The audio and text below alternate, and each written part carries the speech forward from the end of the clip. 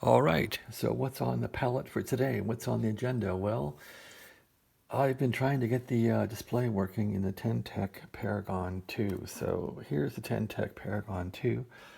As you can see, it's ripped to shreds. I've been powering it off of the power supply for the Drake TR7 because there's no power supply here for it that's decent. So, and I don't want to pay eBay people 200 something dollars for a new power supply because they're ripping me off, which they always do. So, hell with that. Anyway, here's the display. So what this thing does, it has a voltage pump in it, and I'm powering it off of a, what is this thing called? An A word here. The power supply for this little gizmo here is about 12 volts. So I'm just using that to power this 12 volts into here for the display card, control card for the Paragon 2. So with 12 volts going in there, on this connector here, it will feed voltage in here, either a low voltage or a high voltage, into the actual, would it be the anode? I think it'd be the anode of the display on this thing. I really didn't want to buy this because of how the display is so old. It's one of those vacuum fluorescent displays, VFD, I think. I hate VFDs, and they're a problem. Anyway, on this board is a charge pump. And charge pump, you know, there's like the schematic for a small charge pump. This one has 3 different layers or parts to it. So anyway, I attempted to replace these old capacitors in this thing about, I don't know, a couple of days ago. So it had these little guys in here, little tiny capacitors in here. And those are all, what, 4.7 UF or something. So I thought, hey, I have this Chinese capacitor kit that I bought from Amazon, and my gosh, it has 4.7s right there. So I put those 4.7s in, and I didn't get much response out of it. So I doubled down and put in these 10 UFs today and took all the 4.7s out. I also, when I was working on this thing last week, I burned out the chip that produces a square wave. So this little chip here makes a square wave. I burned that out, so I ordered a new chip, and I just kind of hacked out the old one and piggybacked it in there. I'm not proud of it, but I was going to put a socket in there, and the sockets didn't come from eBay in time. I thought, what the hell? I'm just going to solder that chip back in there. So it's back in there. This board is not great looking anymore, but hey, I want my display to work. So anyway, let's get down to the real oats of the matter here. We want to get, this display wants 30 volts. So it has a low and a high tap. So I'm not even sure what tap this thing was on before. Who knows? But anyway, I want to get 30 volts. So what do we got here? We have on this pin here. Okay, that's the low tap pin. As you can see, I got 19 volts on that one coming out, which, hey, it's better than I had before. On this one, okay, I don't have 30 volts, but I got 28 and a half. I only had like 19 before, so I'm going to go with that, okay? So that's what we're going to use now. There's a jumper that goes on here, and I can't even find where I put it, but this is the jumper, and I think if you flip it around, it will use low voltage. You flip it the other way, it uses a high voltage. Kind of a hack, but that's how it works. Anyway, so that's that. I'm going to now disconnect this thing from the power supply here. Like that. And I'll show you the hack I did to this board, which I'm not really proud of, but hey. So any place there was a little electrolytic 4.7, I put in a 10 UF from this Chicom capacitor kit. So I put in the 10 UF right there. So now those are all hacked in here. This board is double epoxy. It's really hard to work with. You can't really even unsolder things to the holes. So I just bent the leads down and put them in surface mount style. And that's what I did here. And these big ones here, so down here, I just kind of doubled up a few capacitors. So I didn't bother removing this one here or this one here. I just doubled up on the bottom. I doubled up on these big 100 UF fat boys here. just put 10 more on them. Didn't make any difference, but I did anyway. So anyway, the board, you know, I'm not proud of this, but if it works, I'm going to be a happy guy. So that's the story. All right. So can I get the board in with one hand and keep the video rolling? Maybe we could try that. So here's where the board goes. And we saw it has voltage on it. So maybe we can get this board back in this guy now and see what it does. And it goes like this. These pins go up, I remember that. So let's line the stuff up and see if it'll go back in with one hand. Okay, that's lined up, that's lined up, that's lined up. Hey, hey, hey. Let's line this thing up and get it in there. Press it, whoops, whoa, it fell out the other end. Okay, that's lined up. The middle should line up by itself. It is. Push that down, push that down, push that down. Okay, so the cool thing about these radios is that all these plugs have a number, and the number matches the number on the circuit board. So that is really, really, really cool. I gotta give Tec a lot of credit for that little idea. So yeah, let's put this back in here. Dun, dun, dun. One hand, okay, that's in there. 99 goes here, I'm pretty sure. Put that one back into here.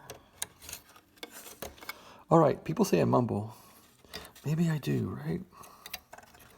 I gotta have more enunciation, but then you would say it's obnoxious. People are unhappy with anything right now. That goes in there, that goes in there. All right, we're getting somewhere. This one here is what? Number C. Letter C goes to there. So that leaves the power wire here, which we put into the board. And this is the one I've been using the clip leads for to power this little board here. So that goes into here like this, right about there. And the red goes to the positive side of the capacitor, which is good. All right, so I think everything's in. The only thing missing is the jumper that I can't find, but we'll figure that out. So now the board's in. Look, make sure all the wires are in. They're all in. Look at that hack resistor in there. Look how bad that looks. And there's those capacitors. But you know what? It's all in there. It doesn't hit anything. If it works, it works. It's an old radio. Okay, let's power it up. Let's see. I gotta power this thing on first. Make sure this thing's off. I'm using the power supply for the TR7, and I'm not even sure how that power supply turns on. I just put a plus wire out the back of the TR7 to power this thing up. So let's go like this. TR7's on, but it's not doing anything. This will come on now, I hope. Yep. All right, no, we're not going to get any display because I don't have the wire hooked up to make it work. There's no power going to display an anode on the VFD chip or display module. So let's put the voltmeter on the chassis of this Tec here. There's a voltmeter on the chassis here. We got the minus lead going to here. That's good. The plus lead, we're going to verify we got power coming into this thing here. Power coming out of the voltage tripler. If I can find the wire here. Okay, here's the wire. All right, there's the meter. There's the tripler. The last time I did this, I bumped something and blew the whole chip out. I blew out the, I guess it's a one-shot. It's not a one-shot. The molded vibrator chip, I messed it up, so let's not do that again, okay? Okay, there's the voltmeter. Let's go on this pin here, right there, right there, right there, right there. What do we got here? Okay, I'm gonna hold with left hand and don't move it. Don't cause a short circuit. Boom, there we go.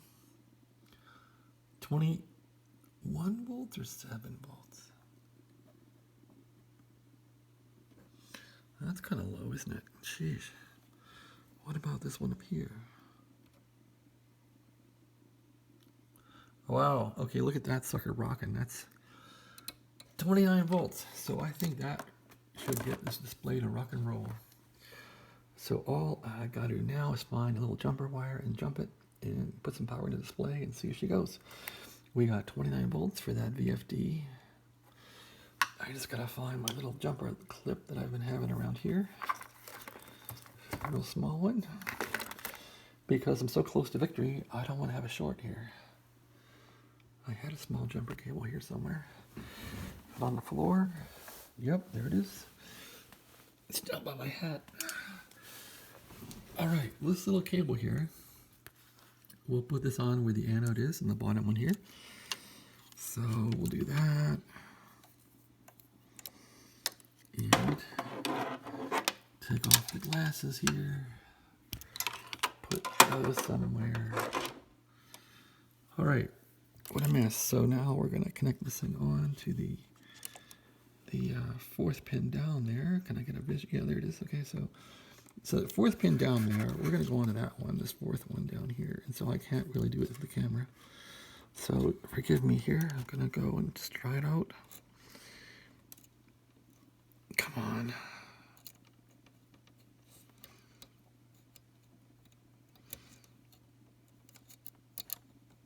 Okay, it's on. So that's on the fourth pin there, right? So we know the second one from the top is 29 volts. That's got some good stooge or good snot coming out of it. So let's connect to that pin and see what we get here. And see if we get a spark, an explosion or something. All right, I'm on. What do we got? Hey, look at that. So is it better than it was? Let me think about that. Is it any better? Yep, it's a lot better. So now I got a working 10 Tec display that has some real good brightness now. Boy, I'm happy about that. So that took a lot of work and heartache, but it worked out. So out of curiosity then, how low is my, they call it V++ or something. How low is it? Let's see how much, with this thing pulling down voltage and having a bit of current, how much do we have coming out now of this little guy here? So yeah, that's a real good little fix. The 10 Tec is back in action. The Paragon is working. So I'm gonna just put the probe on to this pin without blowing something up, I hope, and see what we get. All right, so I got 27 volts under load, so I'm only dropping like 1.5 volts, and I'm happy with that. I'm happy. I think now that these new capacitors are giving this thing enough oomph and current to supply the displays it needs. The display is pretty good here. Let's put some light in the front here to see how it looks. With some light shining in the room here. Yeah, you can still see it. I'm going to turn on an overhead light here. And you can see the immense mess that this has made to figure this out. It's been an immense issue. Even the scope here to take the chip. It's been ugly, people. So I've been having down here. It's been ugly. All right, so I got these LED lights up here, but the window's open here. Let's open these up a little bit. It's getting dark here in Las Vegas. And we'll turn on some overhead lights. Lights are on. How does this thing look in the light? Are we done with it? Can it work? Okay, Paragon, how you looking?